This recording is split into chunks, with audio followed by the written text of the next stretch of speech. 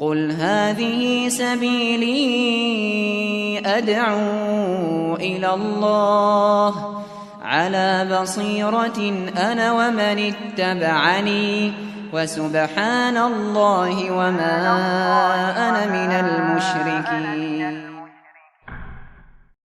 اللهم صل وسلم على سيدنا محمد وعلى آله وأصحابه أجمعين.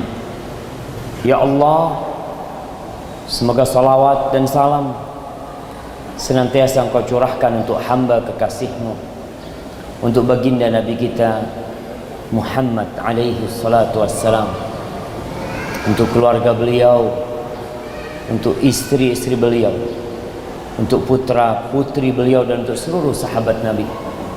Semoga Allah meridhai kita bersama mereka. Amma ba'd, ahibbati fillah, kalau kita bertanya sebenarnya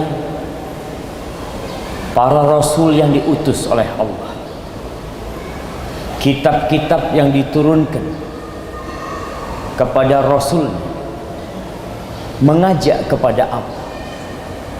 Menyeru umat manusia untuk berbuat apa?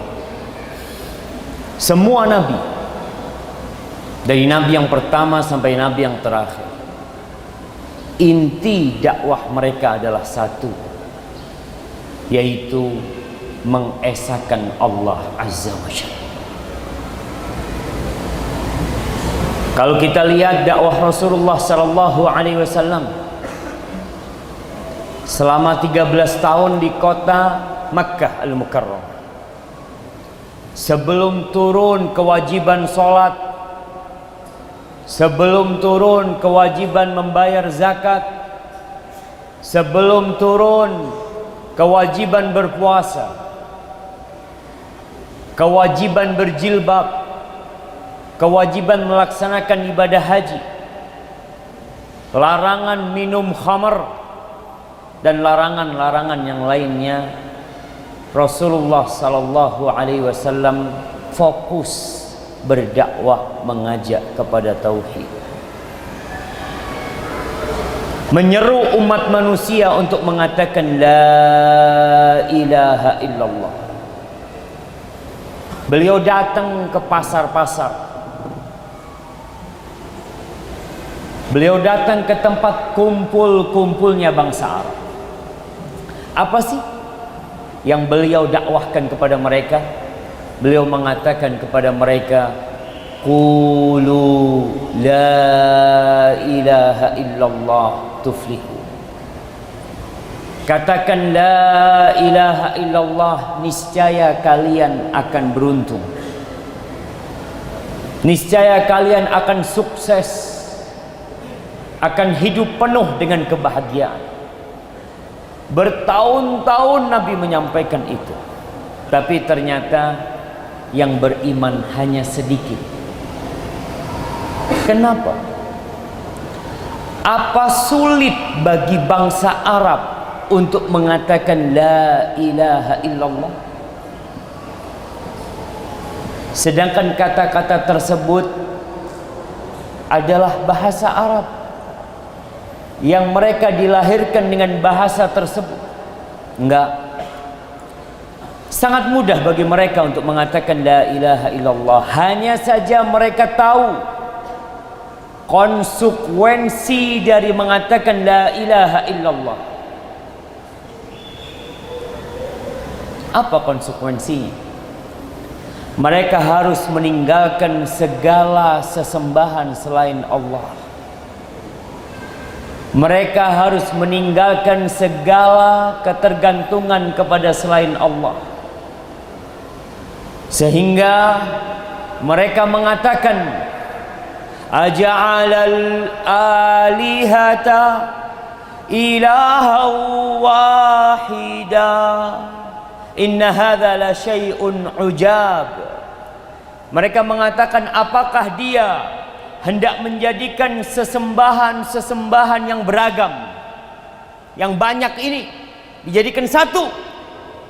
Ini benar-benar sesuatu yang menakjubkan, kata mereka. Jamaah, kebanyakan bangsa Arab itu kalau ditanyakan kepada mereka, siapa sih yang menciptakan langit dan bumi? Apakah mereka akan mengatakan berhala-berhala itu menciptakan langit dan bumi? Apakah mereka berkeyakinan bahwa Hubal itu menciptakan diri mereka? Tidak. Bahkan Allah mengatakan kepada Rasul sallallahu alaihi wasallam, "Wala in sa'altahum man khalaqas samawat wal ard." Kalau engkau bertanya kepada mereka, siapa sih yang menciptakan langit dan bumi ini? La yaqulunallah. Pasti jawabannya Allah. Tidak mungkin mereka mengatakan patung-patung itu menciptakan langit dan bumi. Lalu kenapa mereka diperangi oleh Nabi Muhammad SAW? Kenapa mereka masih didakwain padahal sudah meyakini bahwa yang menciptakan langit dan bumi itu Allah? Iya, karena mereka menyekutukan Allah. Mereka beribadah kepada selain Allah Azza wa Jalla. Itu masalah. Ini menandakan bahwa keyakinan bahwa Allah pencipta tidak cukup untuk menjadikan antum seorang muslim. Gak cukup. Terus antum harus beribadah kepada Allah, harus mentauhidkan Allah.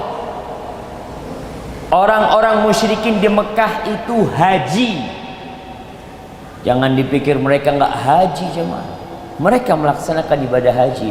Mereka wukuf di Arafah. Mereka mabit di Muzdalifah.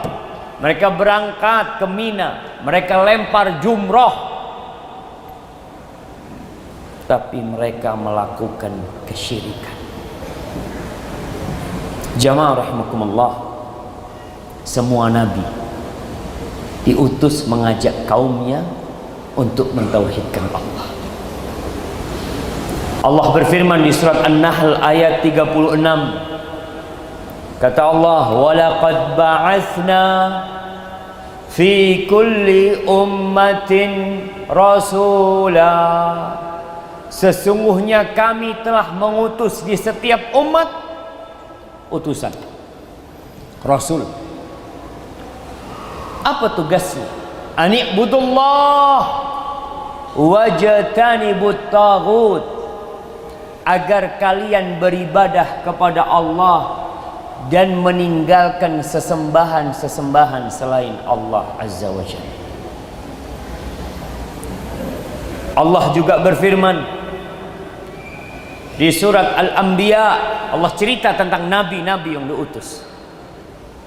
Di ayat 25 Allah mengatakan, "Wa ma arsalna min qablika min rasul illa nuhi ilaih annahu la ilaha illa ana fa'budun."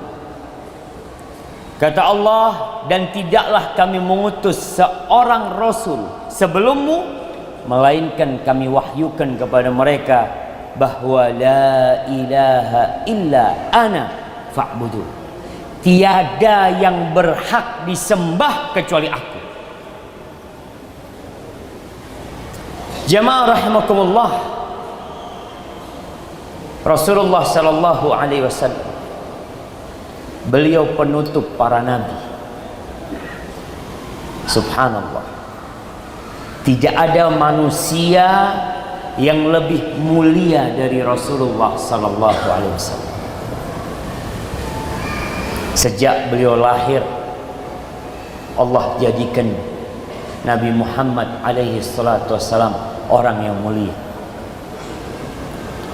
Sejak dalam susuan, beliau itu penuh dengan berkah. Kita tahu kisah Halimah As-Sa'diyah. Ketika orang-orang dari kampungnya datang ke kota Mekah untuk mencari anak yang bisa disusuin, berharapkan mereka Ya, balasan dari orang tuanya. Semua ketika ditawarin Nabi Muhammad SAW, mereka menolak karena tahu beliau anak yatim. Sampai akhirnya Halimah pulang gak bawa anak. Semua kawan-kawan dia sudah bawa anak susuan. Maka dia pun balik mengambil Rasulullah SAW. Dia berangkat naik onta yang paling lambat. Dia punya onta sudah kering susunya. Tatkala dibawa Rasulullah SAW yang masih dalam susuan, itu onta jadi banyak susunya, itu onta jadi larinya kencang. Bahkan teman-teman dan kawan-kawannya Halimah mengatakan, ada apa dengan ontamu? Ini ontamu yang kau pakai waktu berangkat. Nah, kata dia, bagaimana kambing-kambing yang digembalakan oleh Halimah penuh dengan susu, sedangkan kambing-kambing yang lainnya kurus. Dia membawa seorang putra yang penuh dengan berkah.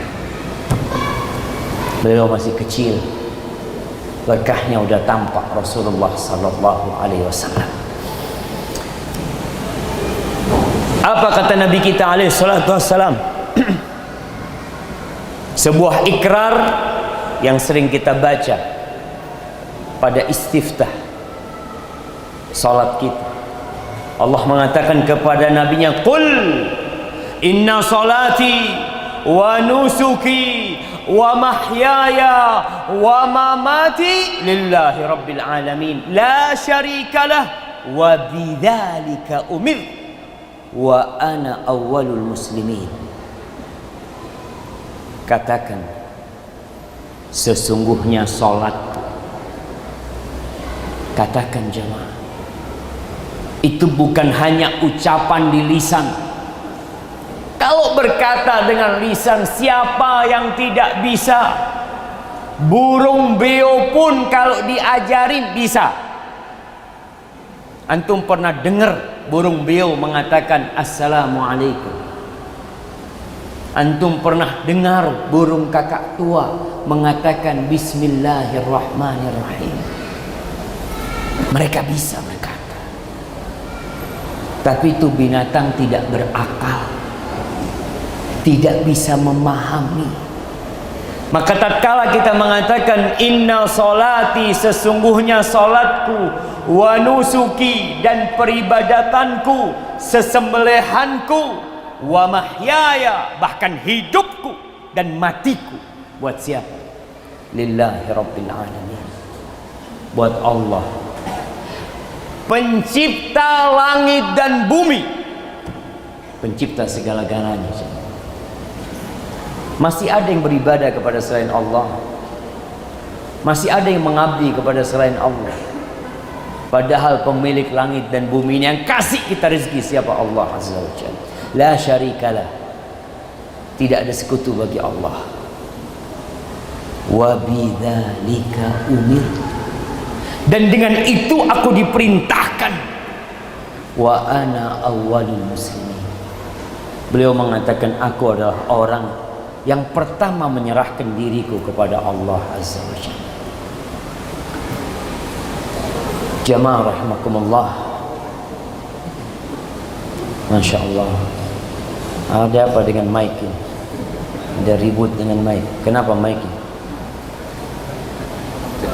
Hah? Akhwatnya ada di luar masjid? Apa di dalam masjid? Suruh masuk yang di luar. Hah? Anak pegang dua mic. Tidak satu, taruh aja. Taruh aja.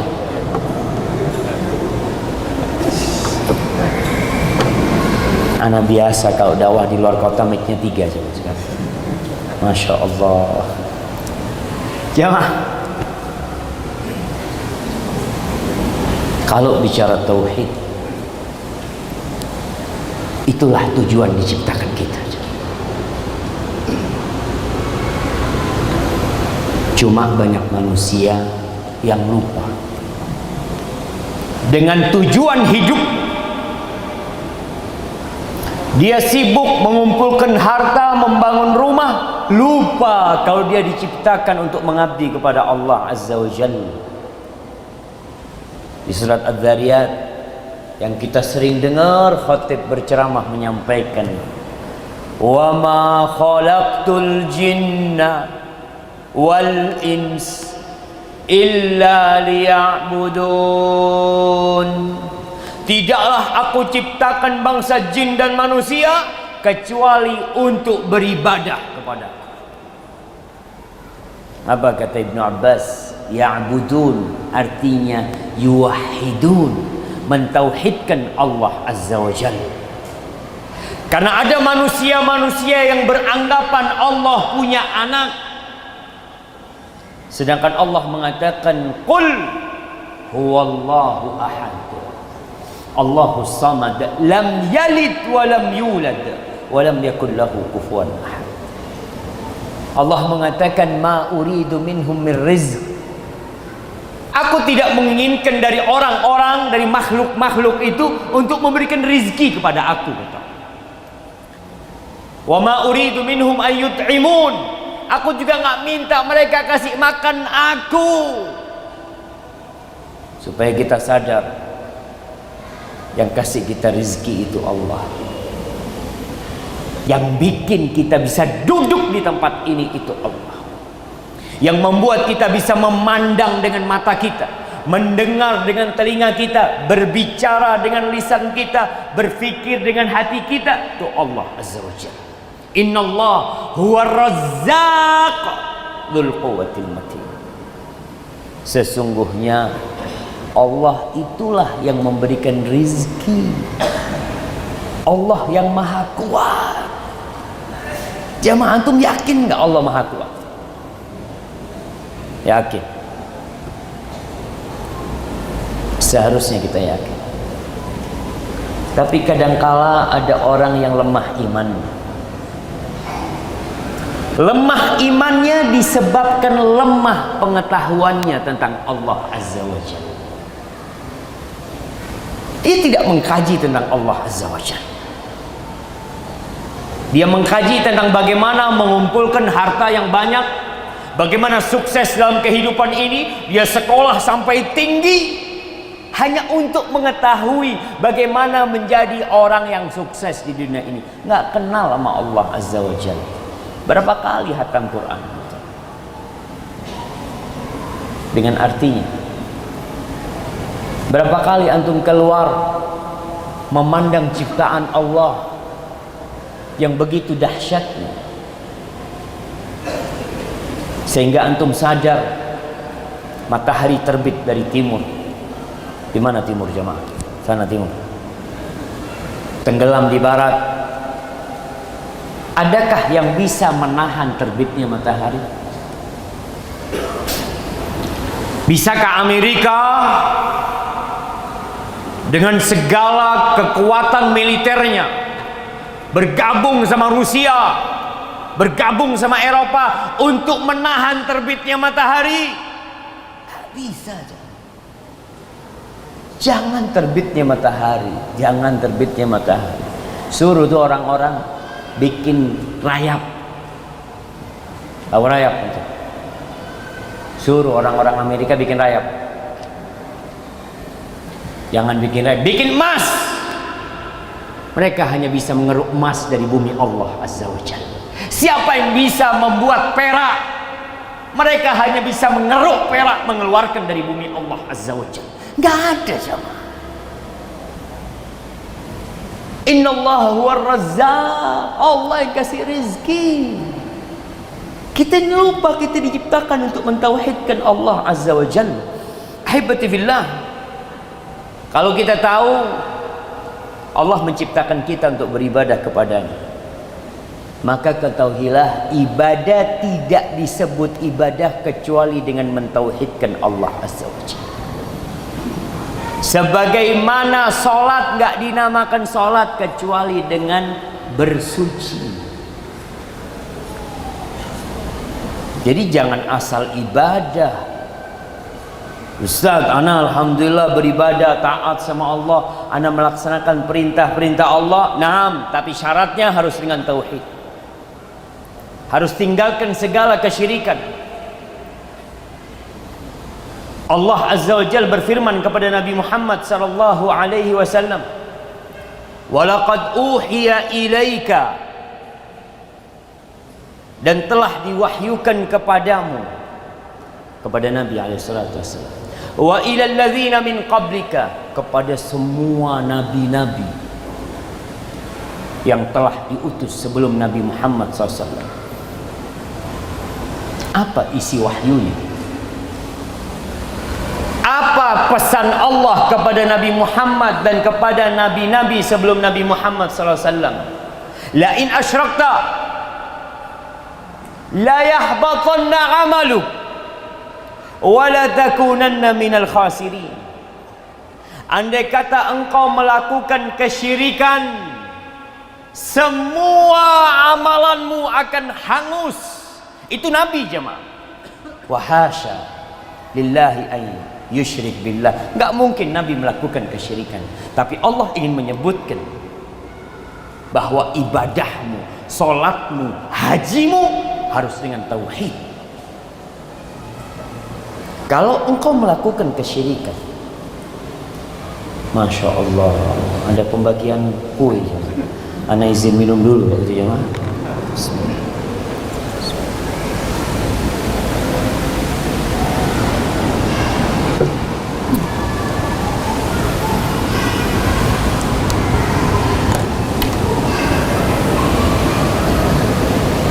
Jamaah, jaga kebersihan masjid.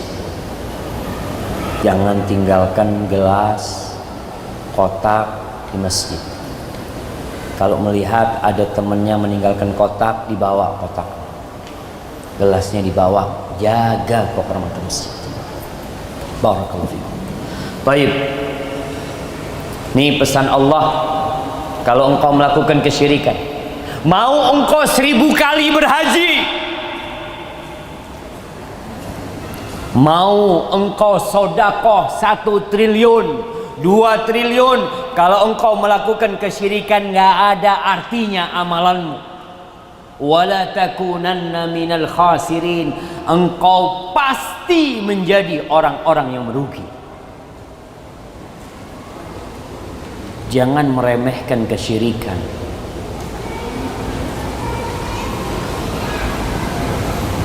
Ada orang yang mentauhidkan Allah secara penciptaan.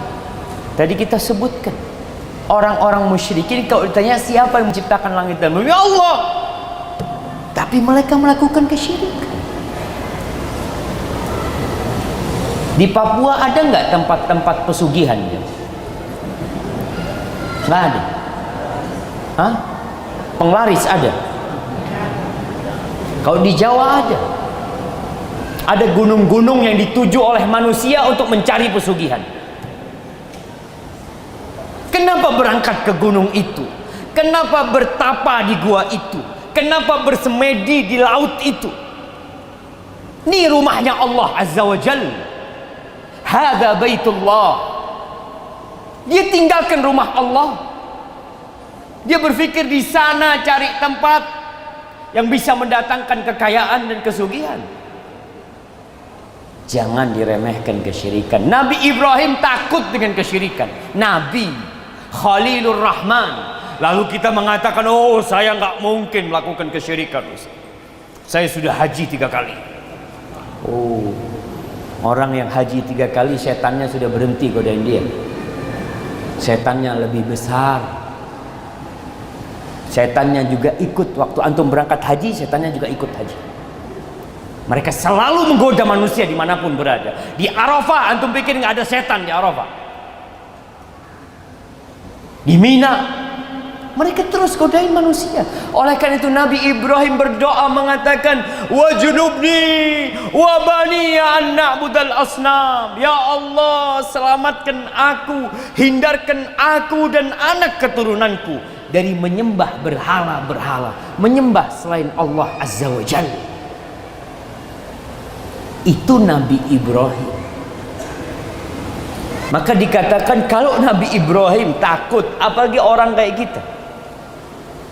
Allah Azza wa Jalla mengatakan tentang syirik ini jamaah, innallaha la yaghfiru an yushraka bih wa yaghfiru ma duna dzalika liman yasha. Sesungguhnya Allah Jalla Jalaluh tidak mengampuni dosa syirik dan mengampuni yang di bawah kesyirikan. Subhanallah.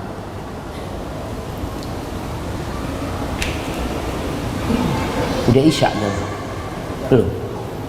Jam berapa isya?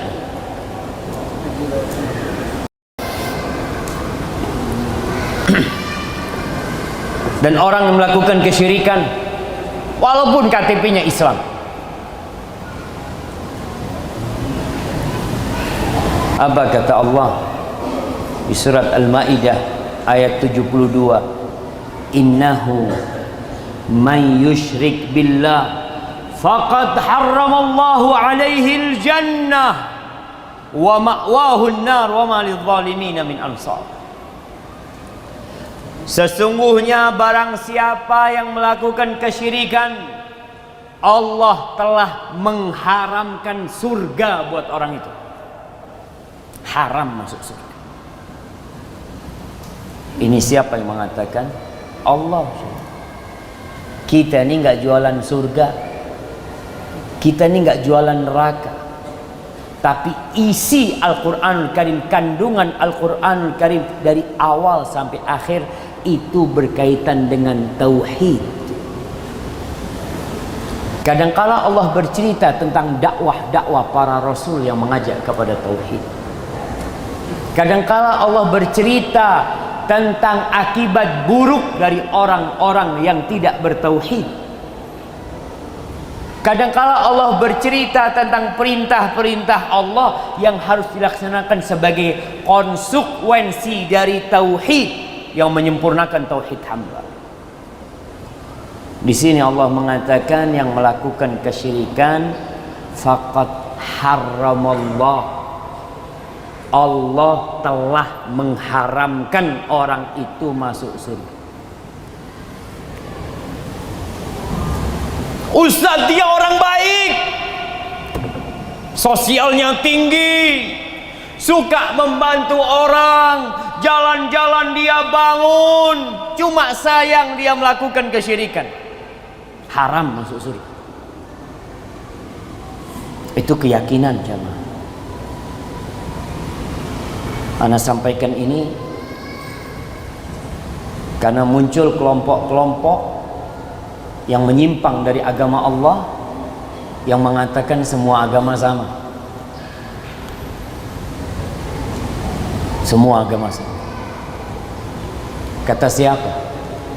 Allah mengatakan innad dina indallahil Islam. Sesungguhnya agama yang diridhai Allah cuma Islam.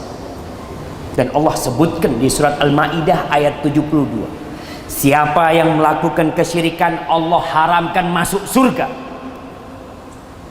Karena ada yang mengatakan nanti di surga kamu akan heran ketemu sama fulan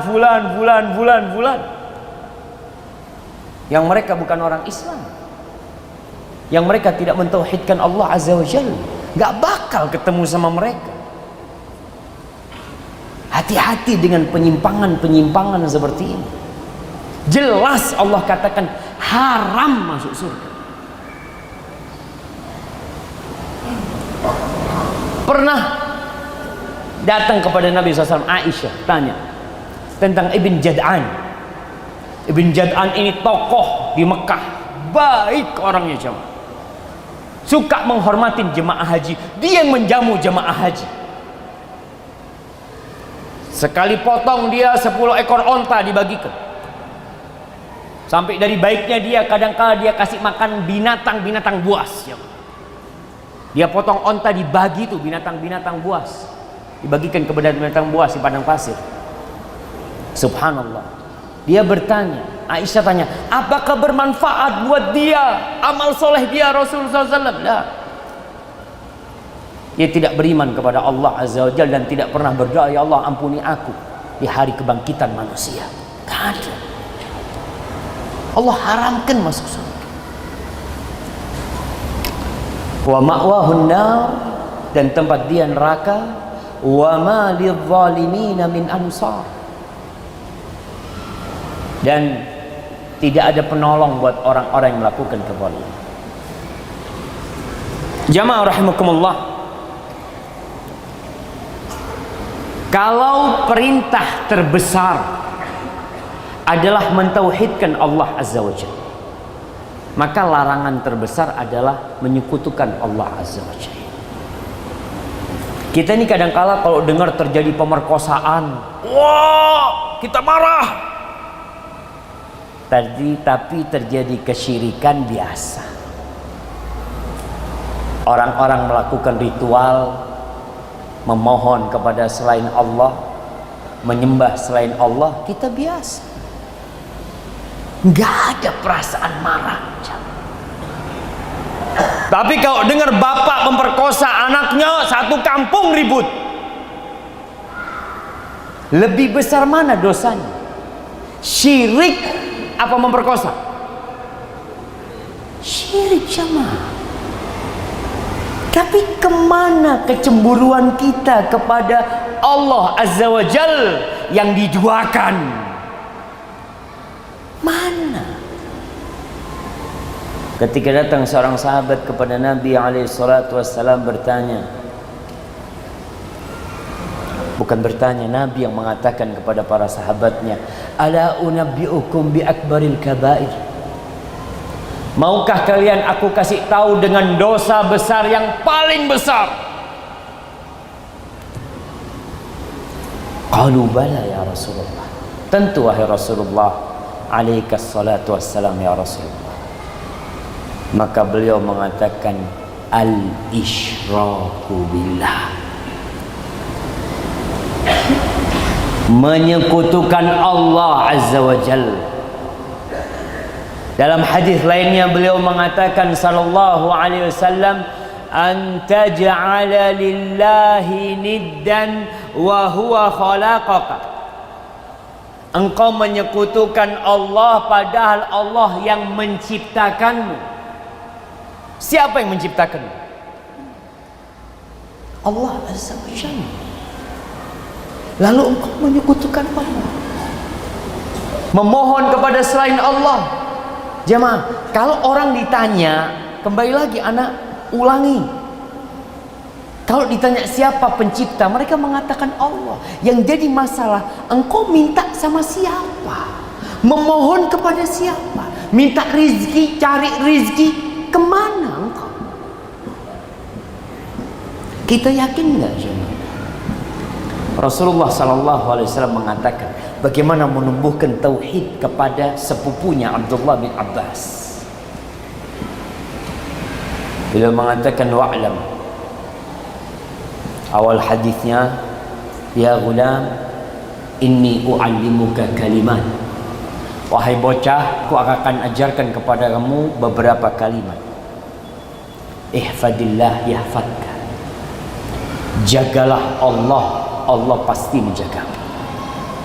Ihfadillah tajidhu tujahak, jagalah Allah, jaga perintahnya, jaga larangannya, jaga agamanya, jaga syariatnya, Allah akan menjagamu. Engkau akan dapatin Allah di hadapanmu. Idza sa'alta fas'alillah, kalau kamu mau meminta, mintalah kepada Allah. Wa idza sta'anta fasta'in billah, kalau kamu perlu pertolongan, minta tolong sama Allah Azza wa Jalla. Wa'lam, dan ketahuilah, annal ummata, andai kata seluruh umat manusia yang jumlahnya sekarang 7 miliar lebih, seluruh umat manusia, annal ummata law ijtama'at ala an yanfa'uka bi syai' lam yanfa'uk illa bi syai'in qad kataballahu lak. Mereka berkumpul bersatu padu untuk memberikan manfaat kepadamu, agar engkau diterima di sebuah fakultas, agar engkau diangkat menjadi seorang pejabat atau apa saja keinginan manusia. Tuh orang berkumpul semuanya untuk memberikan manfaat kepadamu, mereka tidak akan bisa memberikan manfaat kepadamu kecuali dengan sesuatu yang sudah Allah menentukannya untuk. Nggak ada jamaah. Lillahil amru min qabl wa min ba'du. Urusan itu semua milik Allah Azza wa Jalla. Allah mau goyang Merauke ini, siapa yang bisa menghentikan? Wa'lam law ijtama, andai kata seluruh mereka berkumpul bersatu padu, ala an yadurruk, untuk memberikan bahaya kepadamu, untuk menurunkanmu dari jabatanmu, untuk membuatmu miskin, untuk menjadikanmu di PHK, apa saja keburukan-keburukan yang diinginkan oleh manusia. Andai kata yang berkumpul itu seluruh umat manusia, mereka tidak akan bisa membahayakan dirimu kecuali sesuatu yang sudah Allah tetapkan untuk. Intinya semuanya ada di tangan Allah Azza wa Jalla. Sehingga kita tuh nggak boleh menyekutukan Allah. Siapa yang bisa menyembuhkan manusia? Orang berangkat sakit di Merauke, kirim ke Makassar. Nggak bisa diobatin di sana, kirim ke Singapura, kirim ke Malaysia, nggak sembuh.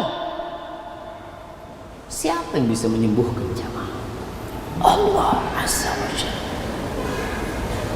Kita kadang-kala cari kesembuhan di tempat yang salah. Oke, ada sebab-sebab yang boleh kita jalani. Ahibati fillah, antum tidak akan pernah hidup damai kecuali dengan tauhid, dengan mengesahkan Allah Azza wa Jalla. Ada orang yang punya Tuhan dua, ada yang tiga, ada yang empat, ada yang banyak. Bagaimana dia akan hidup damai? Bingung dia. Tuhan mana yang harus dia senangkan? Tapi kita seorang muslim hanya Allah. Di surat Al-An'am ayat 82, Allah mengatakan, alladzina amanu wa lam yalbisu imanahum bidzulm ulaika lahumul amn wa hum muhtadun. Orang-orang yang beriman dan tidak mencampur keimanan mereka dengan kezaliman, yakni kesyirikan. Beriman murni, nggak dicampur apa-apa. Ulaika lahumul aman, maka bagi mereka keamanan, kedamaian.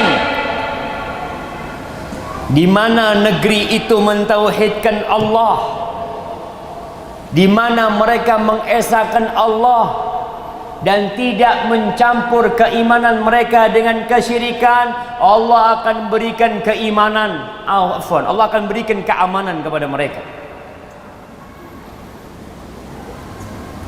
sesuai dengan ketauhidan antum, kemurnian ibadah antum untuk Allah. Sesuai dengan itu pula kedamaian yang antum akan rasakan.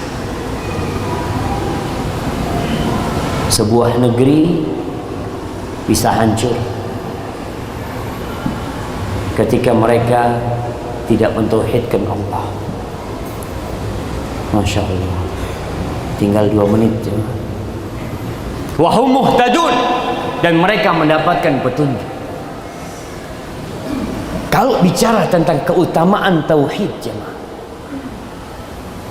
orang yang mentauhidkan Allah sudah merasa aman, hidupnya damai. Kata Rasulullah sallallahu alaihi wasallam dalam hadis Abu Sa'id Al-Khudri radhiyallahu anhu qala, Nabi Musa, ini Nabi Muhammad cerita tentang Nabi Musa alaihissalam. Nabi Musa mengatakan, ya Rabbi alimni syai'an adhkuru. Wahai Rabbku, ajari aku sesuatu amalan yang aku mengingatmu dengannya, wa ad'uka bihi, dan aku berdoa dengan doa ini. Nih, minta amalan sama Allah, dikasih amalan. Apa kata Allah? Qul ya Musa la ilaha illallah. Wahai Musa, katakan la ilaha illallah. Apa kata Nabi Musa? Ya Rabbi, kullu ibadika yaquluna hadha. Wahai Rabbku, kalau ucapan la ilaha illallah, semua hamba-hambamu mengatakan itu. Aku kepingin amalan khusus dan spesial, yang paling mulia, yang paling agung.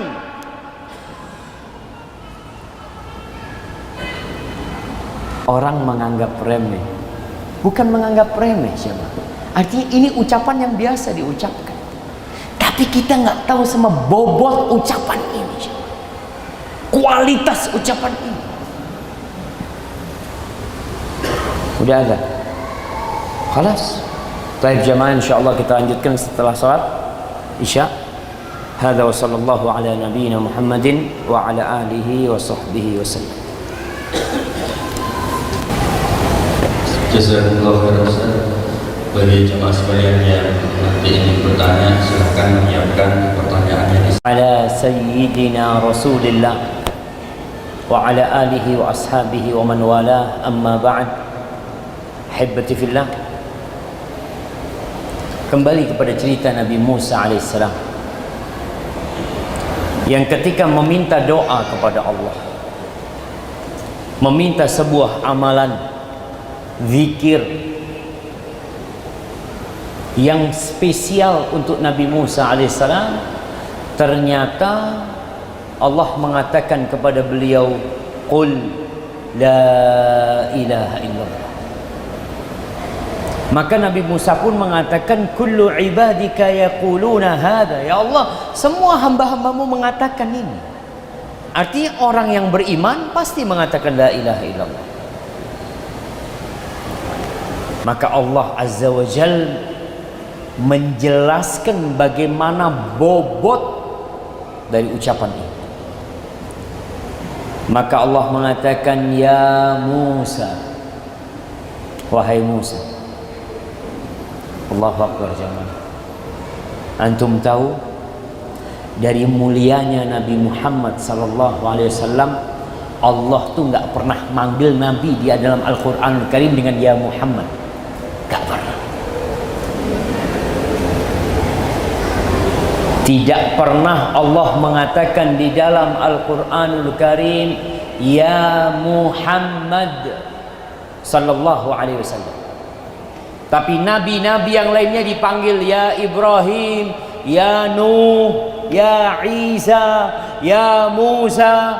Tapi Nabi kita Muhammad alaihi salatu wassalam, karena mulianya beliau, Allah memanggilnya ya ayyuhan nabi. Dipanggil wahai nabi.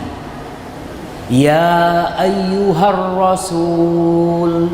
Dipanggil wahai rasul sallallahu alaihi wasallam. Maka jamaah, muliakan nabi kita Muhammad sallallahu alaihi wasallam, karena beliau memang manusia yang paling mulia.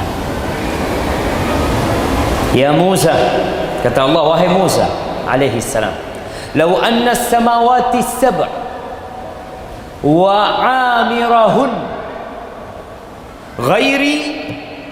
Wahai Musa, andai kata langit yang 7 lapis dan semua yang ada yang memakmurkannya selain aku, kata Allah, wal aradina as-sab' fi kiffah,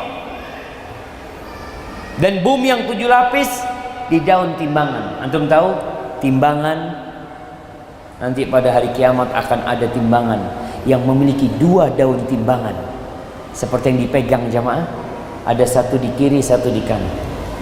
Kalau langit yang 7 lapis dan semua isinya selain Allah Azza wa Jal, dan bumi yang 7 lapis di daun timbangan, wa la ilaha illallah fi kif, dan la ilaha illallah di daun timbangan yang satunya, malat bihinna la ilaha illallah, pasti lebih berat la ilaha illallah. Wallahi jamaah, ucapan la ilaha illallah dibandingkan dengan bumi yang kita hidup di atasnya lebih berat la ilaha. Maka jangan meremehkan la ilaha illallah. wa'lam anna afdalad dzikir la ilaha illallah. Ketahuilah zikir yang paling mulia adalah la ilaha illallah. Tapi ingat, orang yang mengatakan la ilaha illallah hendaklah dia mengetahui apa rukun la ilaha illallah. Di situ ada nafi dan itsbat. La ilaha, kita menafikan tidak ada sesembahan yang benar. Nggak ada. Itu harus kita yakini bahwa tidak ada sesembahan yang benar. Kita nafikan semua. Karena di muka bumi ini banyak orang-orang menyembah selain Allah, dianggap Tuhan sama mereka. Dan kita katakan la ilaha, tidak ada Tuhan, tidak ada sesembahan yang benar illallah, kecuali Allah Azza wa Jalla. Kalau antum mengakui Allah tapi mengakui selain Allah, maka antum belum bertauhid. Makanya dimulai dengan penafian, nggak ada yang berhak disembah di muka bumi ini. Ada yang menyembah mentari, ada yang mengagungkan api, ada lautan, ada berhala, mungkin ada yang menyembah nabi, dianggap nabi sebagai anak Tuhan, Nabi Isa alaihissalam. La ilaha illallah, kecuali Allah Azza wa Jalla. Ahibati fillah, di antara keutamaan tauhid, keutamaan kita menjaga la ilaha illallah, dalam hadis riwayat Tirmidzi dari Anas bin Malik radhiyallahu anhu, dia mengatakan sami'tu. Sami'tu artinya aku mendengar Rasulullah sallallahu alaihi wasallam yaqul. Rasulullah sallallahu alaihi wasallam bersabda, qala Allah ta'ala, Allah berfirman. Berarti hadis ini hadis qudsi. Sebagaimana tadi cerita Nabi Musa dengan Allah juga hadis qudsi. Allah mengatakan, ya ibna Adam, wahai anak Adam, lau ataitani biqurabil ardi khataya, andai kata engkau anak Adam datang menjumpai aku dengan hampir sepenuh bumi ini isinya dosa. Dosa. Thumma laqitani la tusyrik bi syai'an la ataituka biqurabiha maghfirah. Kemudian engkau datang menjumpai aku dan tidak melakukan kesyirikan sedikit pun, maka aku akan mendatangimu dengan hampir sepenuh bumi itu ampunan buat engkau. Diampuni dosanya. Pokok jangan melakukan kesyirikan. Orang yang membunuh 99 manusia, dia bunuh jemaah. Kemudian dia lengkapi dengan satu orang ahli ibadah, 100 orang dia bunuh. Kemudian dia datang bertanya kepada orang yang alim, halli min taubah, masih mungkinkah aku bertobat? Dia dosanya membunuh jemaah. 100 orang dia bunuh, tidak punya salah tuh 100 orang dia bunuh. Dia bertanya, halli min taubah, masih mungkinkah aku bertobat? Apa kata orang alim ini? Apa yang menghalangimu dari pintu tobat? Cuma yang jadi masalah engkau tinggal di kampung yang jahat. Tinggalkan kampungmu, hijrah. Wallahi orang ini meninggalkan kampungnya sebelum sampai ke kampung yang dituju mati dan belum beramal soleh sedikit pun. Tidak ada. Dia baru berjalan hijrah meninggalkan kampungnya, di tengah jalan mati. Dia disuruh beribadah kepada Allah di kampung sebelah sana yang baik.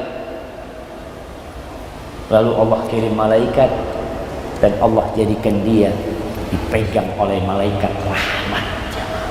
Syaratnya satu, tidak melakukan kesyirikan. Syiriknya ada dua. Ada syirik besar, ada syirik kecil. Syirik besar itu menggugurkan semua amalan. dan menyebabkan pelakunya kekal di dalam api neraka selama-lamanya. Tapi syirik kecil itu menggugurkan amalan yang dikerjakan yang berbalut dengan kesyirikan. Seperti sedikit riya. Ada orang yang riya? Ada. Hati-hati dengan riya. Wallahi api neraka itu dihidupkan bukan dengan pembunuh. Api neraka itu disulut bukan dengan pemerkosa, pezina, tapi disulut dengan orang-orang ahli ibadah. Dalam hadis riwayat Muslim dan Tirmidzi, awwalu man tus'ar bihin nar yaumil qiyamah thalath. Ini bicara tauhid. Ada 3 orang yang akan digunakan untuk jadi koreknya api neraka. Yang pertama, alimun wa qari'ul Quran. Orang yang alim dan pandai membaca Al-Quranul Karim. Ustaz jangan. Wallahi hadis ini menakutkan. Abu Hurairah radhiyallahu anhu ketika menyampaikan hadis ini, beliau pingsan 3 kali. Karena ada hubungan dengan dia sebagai pendakwah, sebagai alim. Fa'utiya bih, maka orang alim ini didatangkan yang pandai membaca Al-Quran.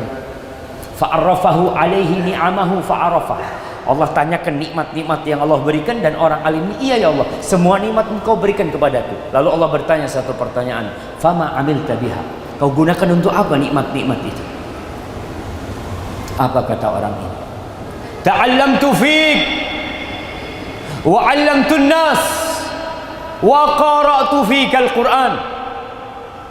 Ya Allah, aku belajar agama demi mencari keridhaan-Mu, dan aku membaca Al-Quran demi mencari keridhaan-Mu, dan aku mengajarkan ilmu ini demi mencari keridhaan-Mu. Apa kata Allah? Kadzabta, bohong. Wallahi lisan ini bisa berdusta jemaah. Sampai di hadapan Allah kita masih mengatakan lillahi ta'ala, tapi Allah itu tahu dengan apa yang terbetik di hati kita. Maka Allah mengatakan kadzab, bohong. Innama ta'allamta liyuqala alim wa qara'ta liyuqala qari'. Engkau selama ini belajar ilmu supaya mendapatkan gelar alim ulama, dai yang hebat, dan engkau membaca Al-Quran supaya disebut qari fulan, masya Allah bacaan hebat. Waqad qil, dan itu sudah kau dapatkan. Terus minta pahala sama Allah Azza wa Jalla, maka dilemparkan ke dalam api neraka. Yang kedua, syahid, orang yang mati di medan perang, berjihad, tewas. Lalu didatangkan, ditanya lagi, apa yang kau lakukan dengan nikmat-nikmatku? Qataltu fik hatta stushhidtu. Aku berjuang di jalan-Mu ya Allah untuk menegakkan la ilaha illallah sampai aku tewas ya Allah. Apa kata Allah? Kadzabta, dusta, bohong. Innama qatalta liyuqala jari. Engkau berjuang selama ini supaya disebut pahlawan, pembela kebenaran, pejuang, pemberani. Waqad qil, dan itu sudah kau dapatkan di dunia. Mungkin kau dimakamkan di makam pahlawan, namamu ditulis dengan tinta emas, tapi tatkala untuk selain Allah maka neraka, maka dilemparkan ke dalam api neraka. Yang ketiga, jawad, orang yang dermawan. Didatangkan nih orang kaya raya yang dia suka bantu orang lain, ditanya tentang nikmat-nikmat yang Allah berikan. Apa yang kau gunakan dengan nikmatku? Apa kata orang ini? Ma min sabilin tuhibbu ayyun faqafih illa anfaqtu fihi lak. Ya Allah, tidak ada satupun jalan kebaikan yang engkau suka harta pemberianmu dinafkahkan di sana, kecuali aku berinfak di sana untukmu ya Allah. Masjid dia bangun, panti asuhan dia bangun, janda-janda dia bantu, jalan dia bikin, apa semuanya dia lakukan jamaah. Dan dia mengatakan semua itu lillah. Apa kata Allah? Kadabta, dusta. Innama anfaqta liuqala jawad.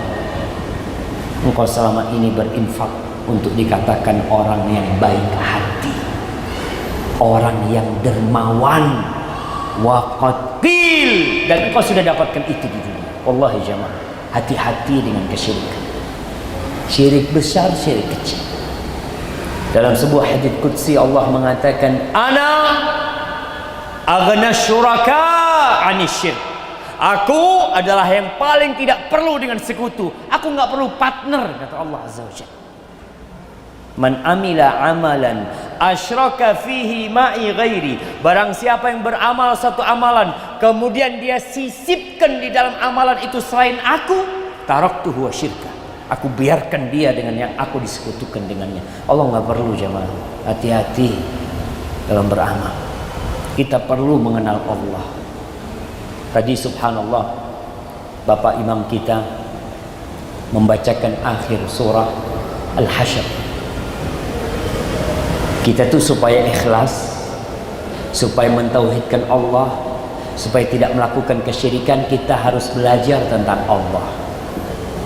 Dengan dua hal, dengan ayat-ayat yang Allah wahyukan kepada Nabi Muhammad SAW, dan dengan ayat-ayat ciptaan Allah Azza wa Jalla. Allah tuh nurunkan Al-Quran. Apa kata Allah? Lau anzalna hadzal qur'ana ala jabal la ra'aitahu khashi'an mutasaddian min khasyatillah. Andai kata kami turunkan Al-Quran ini kepada gunung, kita tahu bagaimana kerasnya gunung, bagaimana kokohnya gunung. Maka kalau kami turunkan Quran ini kepada gunung, engkau akan melihat gunung itu hancur, berkeping-keping, tunduk, takut kepada Allah Azza wa Jalla. Gunung. Tapi kita baca, kok nggak ada pengaruh apa-apa. Kita tidak mentadabburinya. Quran itu diturunkan bukan hanya untuk ruqyah. Sekarang orang sakit diruqyah dengan Quran. Naam. Wa nunazzilu minal Qur'ani ma huwa shifa. Quran itu penyembuh, betul. Tapi ingat, Quran itu diturunkan sebagai hidayah, hudan lil muttaqin. Tugas kita apa? Allah mengatakan, kitabun anzalnahu ilaika mubarak. Ini kitab yang kami turunkan kepadamu penuh dengan berkah. Diapain terus Quran ini? Liyadabbaru ayatihi. Agar mereka mentadabburi ayat-ayatnya, merenungkan ayat-ayatnya, membaca, mengkaji tafsirnya. Itu tujuan Quran itu. Kita tuh kalau baca Quran nggak tahu artinya, dapat hadiah. Dapat hadiah. Satu huruf berapa kebaikan? 10 kebaikan. Tapi kalau kita tahu artinya, kita dapat 2. Dapat hadiah plus hidayah. Kita jarang dapat hidayah itu karena kita tidak mentadabburi. Berapa banyak orang-orang Arab yang dibacakan Quran masuk Islam? Karena dia faham dengan Al-Quran. Kita nggak faham bahasa Arab, maka baca tafsir. Lalu Allah mengenalkan dirinya. Huwallahul ladzi la ilaha illahu alimul ghaibi wasyahadah huwar rahmanur rahim. Dialah Allah yang tiada yang berhak disembah kecuali Dia.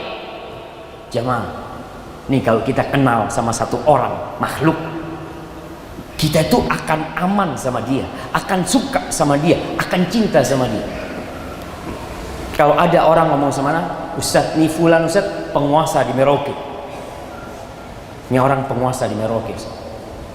Dia kalau mau matikan listrik, mati semua satu Merauke. Dia mau tutup jalan, tutup semuanya Ustaz.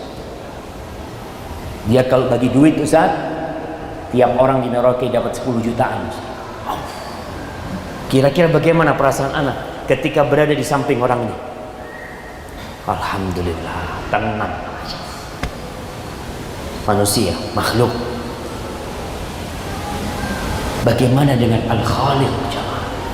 Kalau antum kenal sama Allah, Alimul Ghaib wasyahada, Allah tuh tahu dengan yang gaib, yang antum sembunyikan Allah tahu, yang terang-terangan dikerjakan Allah tahu, dan Dia Maha Pengasih lagi Maha Penyayang. Nih Allah Maha Pengasih lagi Maha Penyayang. Tenang kita ketika tahu kasih sayang.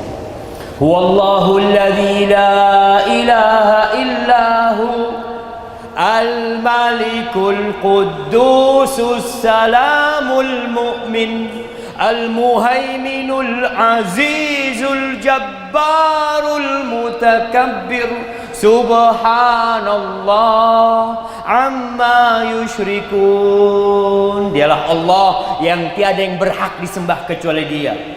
Huwal malik, Allah itu pemilik jamaah, Allah itu penguasa. Tidak ada satu butir pasir pun di muka bumi ini kecuali milik Allah Azza wa Jalla. Kita, harta kita, keluarga kita, rumah kita, negeri kita lillah. Kalau antum tahu Allah Al-Malik, antum mau takut sama siapa? Tenang antum, ya Allah semua milik Allah. Mau diambil yang milik Allah. Al-Quddus As-Salam, Allah yang suci dari segala kekurangan, selamat dari segala aib, dan Dialah yang memberikan keselamatan. Setiap habis sholat kita baca apa? Allahumma antas salam wa minkas salam tabarakta ya dzal jalali wal ikram. Ya Allah, Engkau lah yang maha memberikan keselamatan. Ya Allah, kita ini cari keselamatan di mana jemaah? Orang cari keselamatan, masya Allah, rumahnya supaya nggak dirampok, pasang CCTV, pagernya tinggi, cari satpam, piara anjing, subhanallah, masih dirampok. Satpamnya diikat, CCTV-nya diambil sekalian, anjingnya dibunuh. Engkau bergantung kepada kemampuan, lupa dengan as-salam, al-mu'min. Dialah yang menguatkan nabi-nabi, menjadikan mereka dipercaya dengan mukjizat-mukjizat. Al-Muhaimin, yang senantiasa mengawasi. Al-Aziz, Al-Jabbar, yang maha perkasa, yang tidak mungkin dikalahkan oleh siapapun, yang Allah bisa memaksa apapun terjadi di muka bumi ini. Innama amruhu idza arada syai'an an yaqula lahu kun fayakun. Itu Allah Azza wa Jalla Al-Jabbar Al-Mutakabbir. Dialah yang maha besar, Dialah yang berhak menyombongkan dirinya, karena Dia pemilik segala-galanya. Engkau mau sombong, punya apa? Engkau punya 2 tangan, Allah bisa bikin tanganmu 1. Kau punya 2 mata, itu pemberian Allah Azza wa Jalla. Subhanallah amma yusyrikun. Maha suci Allah, kenapa masih ada orang-orang yang menyekutukan Allah Azza wa Jalla? Wallahul khaliq al-bari al-musawwir lahul asmaul husna. Tuh kaji jamaah, pelajarin asmaullahul husna supaya kita semakin tenang hidup ini. Tidak lagi percaya kecuali kepada Allah, tidak yakin kecuali kepada Allah dalam semua hal. Ingat, alladzina amanu wa lam yalbisu imanahum bidzulmin ulaika lahumul amnu wa hum muhtadun. Orang-orang yang beriman dan tidak mencampur keimanan mereka dengan kesyirikan, mereka lah orang-orang yang damai hidupnya, yang tentram hidupnya, dan mereka mendapatkan petunjuk. Dan yang akhir jamaah, kunci surga itu la ilaha illallah. Man kana akhiru kalamihi la ilaha illallah dakhala al-jannah. Siapa yang akhir ucapannya la ilaha illallah masuk surga.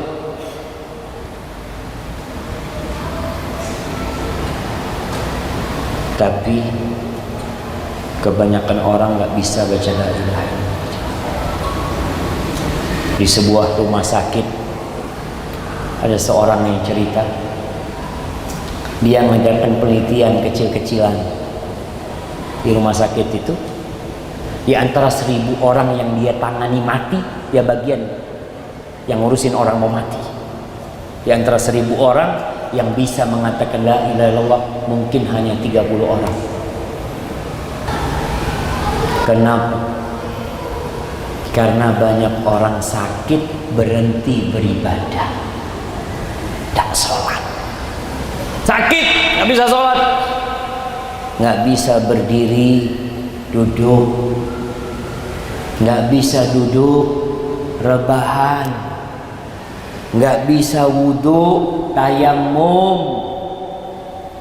Hati-hati. Tatkala kita mengatakan la ilaha illallah, jaga perintah Allah Azza wa Jalla. Karena kita tahu setelah la ilaha illallah, sholat. Wala tamutunna illa wa antum muslimun. Nggak mudah jamaah mengatakan la ilaha illallah. Maka tolong dijaga perintah-perintah Allah supaya dimudahkan tatkala kita meninggal dunia, kita bisa mengatakan la ilaha illallah. Dan kalau ada keluarganya yang sakit, tolong dijaga ibadahnya.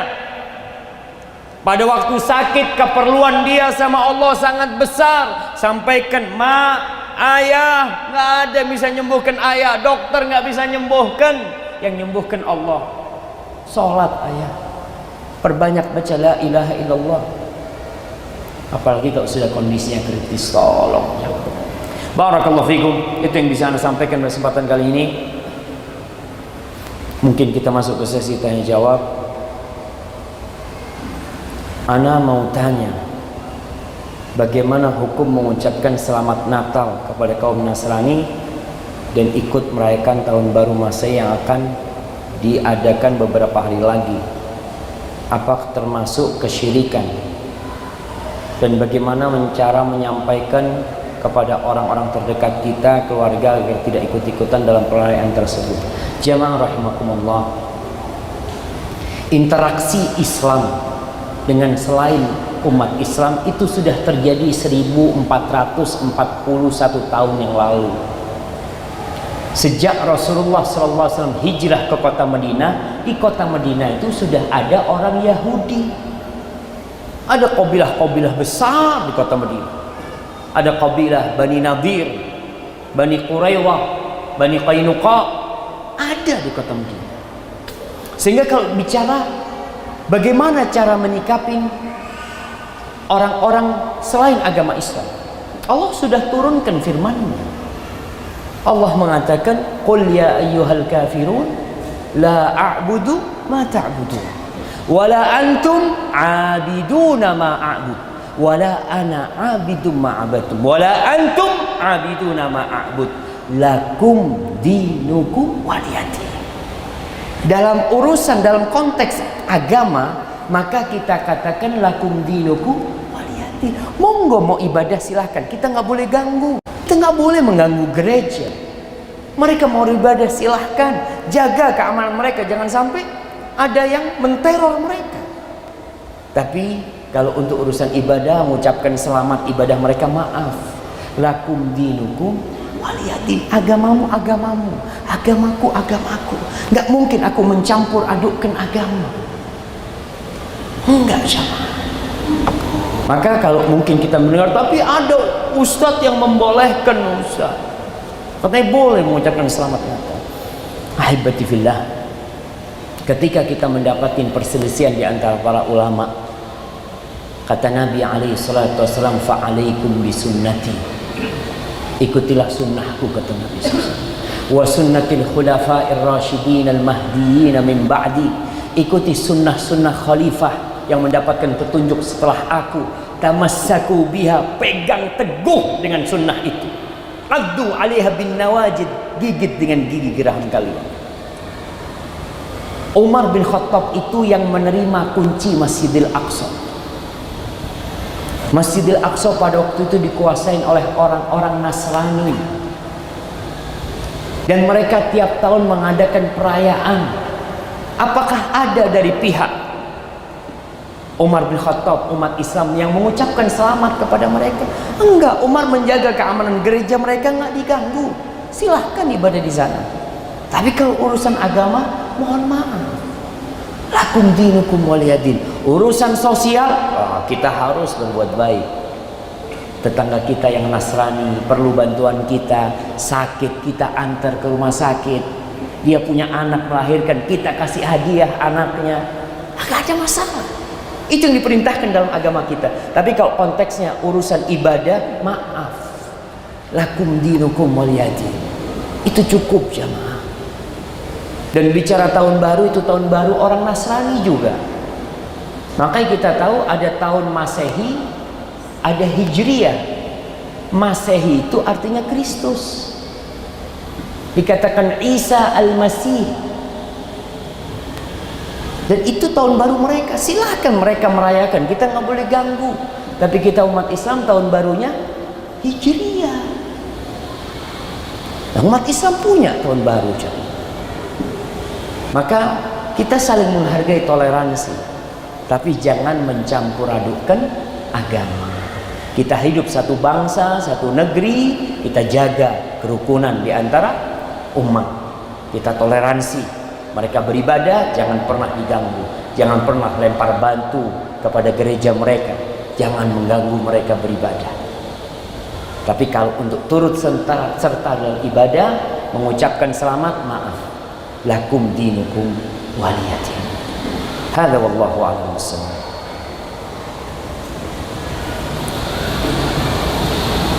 Assalamualaikum Ustaz. Waalaikumsalam. Ana minta didoakan Ustaz supaya bisa istiqomah dalam mendirikan sholat subuh berjamaah. Jazakallahu khairan. Ada seorang yang datang kepada Hasan al-Basri mengatakan, ya Imam, aku ini kok sulit ya sholat tahajud, sulit banget. Apa kata Hasan al-Basri? Qayyadatka dunubuka. Engkau tuh gak bisa sholat karena terikat dengan dosa-dosa. Maka yang ingin bisa sholat malam, yang ingin bisa sholat subuh berjamaah, tinggalkan dosa. Karena yang membuat kita gak bisa sholat itu dosa kita. Kemudian yang kedua, jangan tidur terlalu malam. Sebelum tidur baca doa, insya Allah itu akan memudahkan sholat subuh berjamaah. Dari akhwat, maka anda doakan juga, Allah yarzuqukum imanan da'iman wa qalban saliman. Kasih iman yang selalu, hati yang selamat, sehingga bisa senantiasa sholat subuh berjamaah. Karena jamaah, kalau bicara sholat subuh, sholat yang paling berat buat orang munafik itu sholat subuh sama sholat isya. Kenapa? Sholat zuhur mereka sholat kelihatan, maghrib sholat, asar sholat. Karena orang munafik itu sholatnya riyaan, riya. Apa kata Allah? Idza qamu ila sholati qamu kusala yura'unan nas. Mereka kalau bangun sholat males. Jadi kalau antum ke masjid males, hati-hati. Mungkin itu munafik. Tapi Ustaz kalau zuhur semangat Ustaz. Hati-hati, riya nanti. Karena ingin dipuji Allah. Kalau sholat subuh dan isya nggak kelihatan orang dulu jamaah, gelap gulita. Tapi kalau sholat zuhur kelihatan, Assalamualaikum, sholat saya mas, bisa laporan dia. Tapi kalau malam mau laporan sama siapa dia? Hada wallahu a'lam.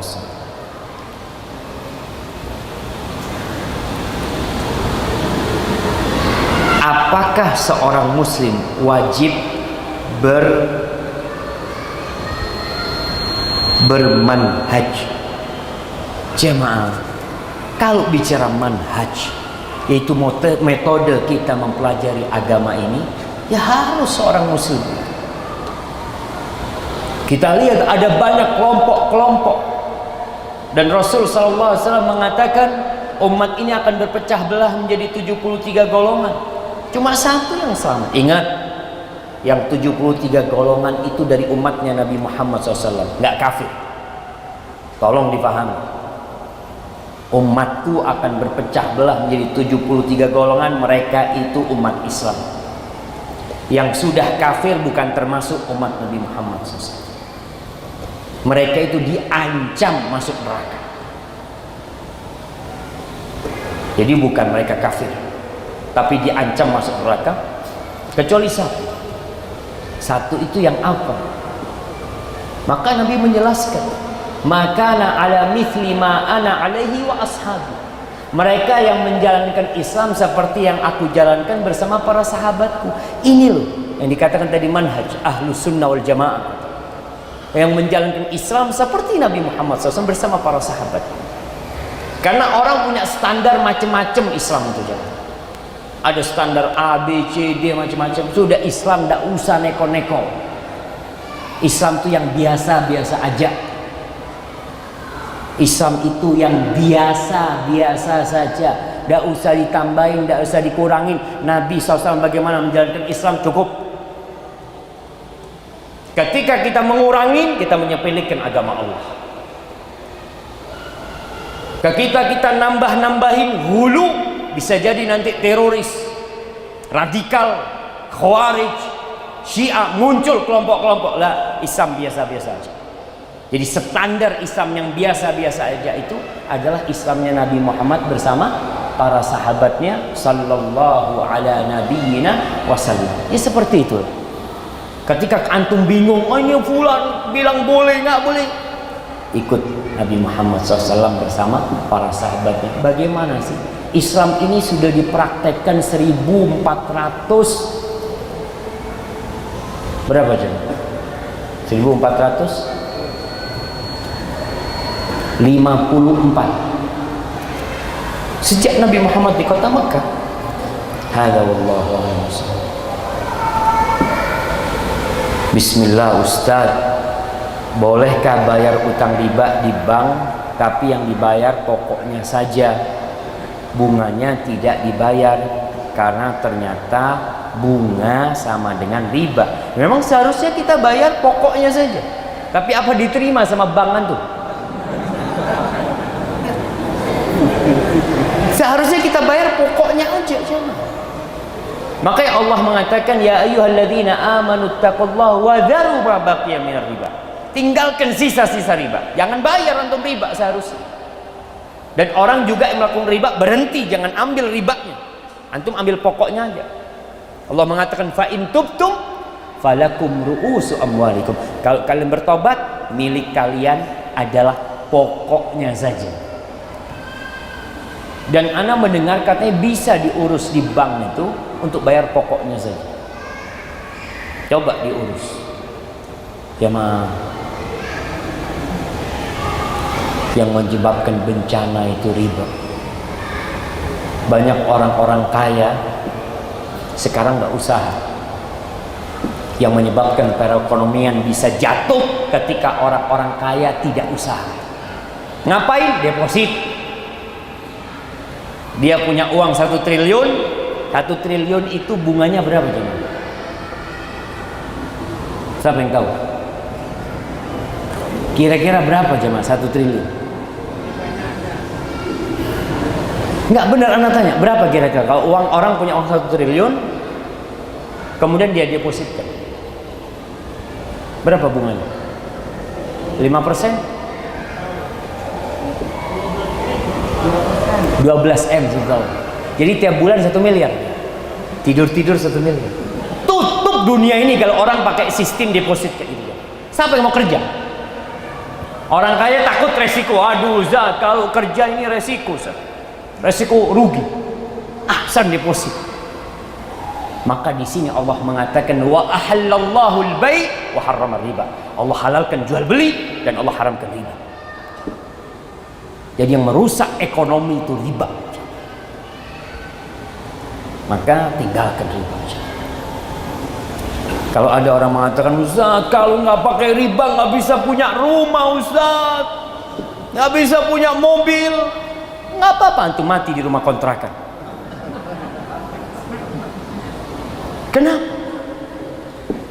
Jemaah, orang tua kita punya rumah nggak riba, kakek kita punya tanah banyak nggak riba. Kenapa sekarang kita berpikir kok seakan-akan sistem yang Allah telah tetapkan salah? Na'udzubillah min dzalik. Orang dulu itu punya rumah Masya Allah. Sampai sekarang anak lihat di kampung, beli tanah tidak dibangun, nanti beli batu pondasi. Tahu-tahu di depan tanah ada batu pondasi, nunggu batu pondasi lama aja mah. Tahu-tahu ada batu bata. Allah, lama kelamaan mereka bangun, nanti berhenti, nunggu uangnya ada. Dan punya rumah itu bisa nggak riba? Bisa nggak orang di sini rumah berapa jemaah? Rumah yang kayu itu berapa? Rumah orang-orang Papua yang dari kayu itu berapa juta? Berapa? 25 juta punya rumah. Aduh Ustaz, cuma kan nggak keren Ustaz. Penyakitnya kan di hati antum. Hah? Keinginan, penyakitnya di hati. Bisa tuh. Motor bisa nggak? 3 juta beli motor cuma. Bisa. Tapi Ustaz, malu. Akhirnya antum riba lagi. Nggak apa-apa. Jadi antum kalau pakai motor harga 3 juta, terus temennya pakai motor baru, Mas, nggak riba ini Mas, haram. Supaya dia sadar. Barakallahu fikum. Ustaz mau tanya, kebutuhan keluarga yang menjadi tanggung jawab kita sebagai kepala keluarga apa saja? Dan apabila sekarang masih belum bisa mencukupi, kasih yang banyak sama istrinya. Orang Masya Allah gajinya sebulan 25 juta, kasih istri berapa bapak-bapak? Berapa? 20. Habis 20 kasih ke istri. Orang gaji 2,5 juta kasih istri 2,5 juta. Gaji 5 juta kasih istri 2,5 juta. Gaji 10 juta kasih istri 2,5 juta. Boleh mantul. Sesuai dengan kemampuan antum. Liunfiq dzu sa'atin min sa'atin. Yang rezekinya sedikit, ya udah dia kasih semampu dia. Dan istri pun nggak boleh nuntut. Kalau memang kondisi suaminya seperti itu. Tapi banyak wanita yang kurang bersyukur. Maka kalau suami nggak mampu, minta maaf sama istrinya. Dia nggak boleh malas, dia kerja. Ada sahabat-sahabat Nabi yang usaha istrinya ada. Seperti Abdullah bin Mas'ud, dia kerja serabutan kerjanya. Istrinya pandai menenun, dapat rezeki dia jual. Sampai istrinya ini pernah suatu hari habis dengar ceramah Nabi Muhammad SAW, pulang ke rumahnya ngomong, wahai suamiku, kayaknya aku nggak bisa bantuin kamu lagi, kata dia. Aku kepingin sodakoh. Aku selama ini hasil kerjaku dimakan, nggak pernah sodakoh. Maka aku kepingin sodakoh. Kata suaminya, nggak apa-apa kalau kau ingin sodakoh. Allah tidak akan menelantarkan kita. Tapi coba engkau tanya dulu sama Nabi Muhammad SAW. Maka tanyalah Zainab ini.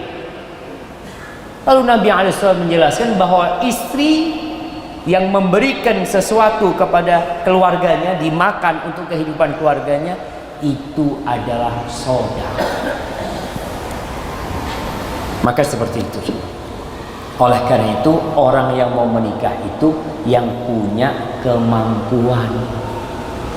Yang nggak mampu jangan maksa kawin. Ustaz gak kuat Ustaz, fitnah. Puasa, udah puasa Ustaz, tapi masih belum. Ya, jangan keluar dari masjid nanti.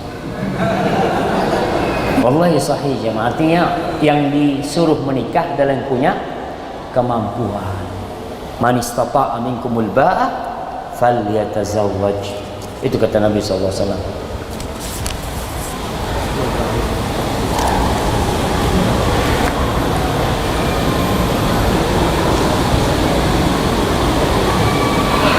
Ustaz, istri ana sering berdandan kalau keluar rumah.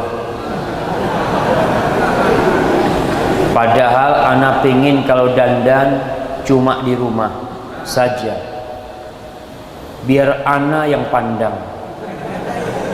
Tolong nasihati istri ana Ustaz, kebetulan dia ada di sini.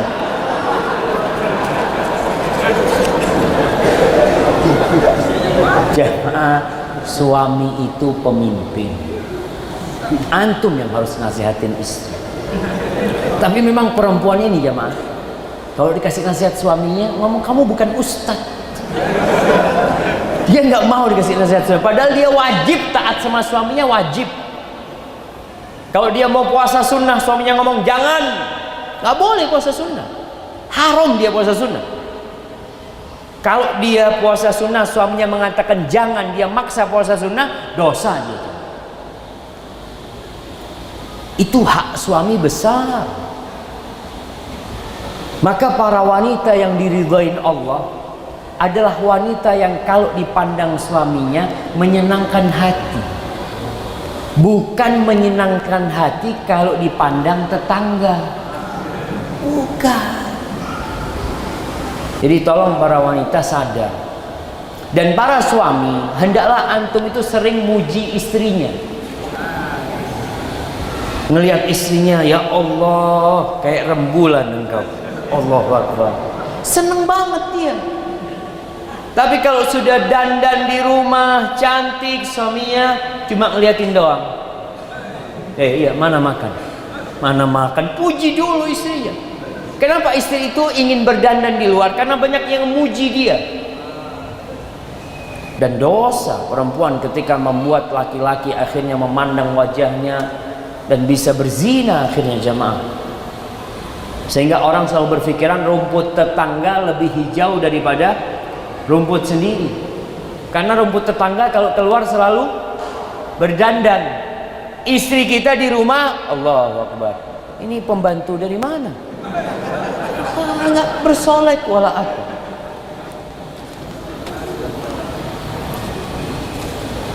Masya Allah, satu pertanyaan terakhir. Masih banyak jemaah pertanyaannya. Udah malam kayaknya jemaahnya, Masya Allah. Pertanyaan yang paling penting jemaah.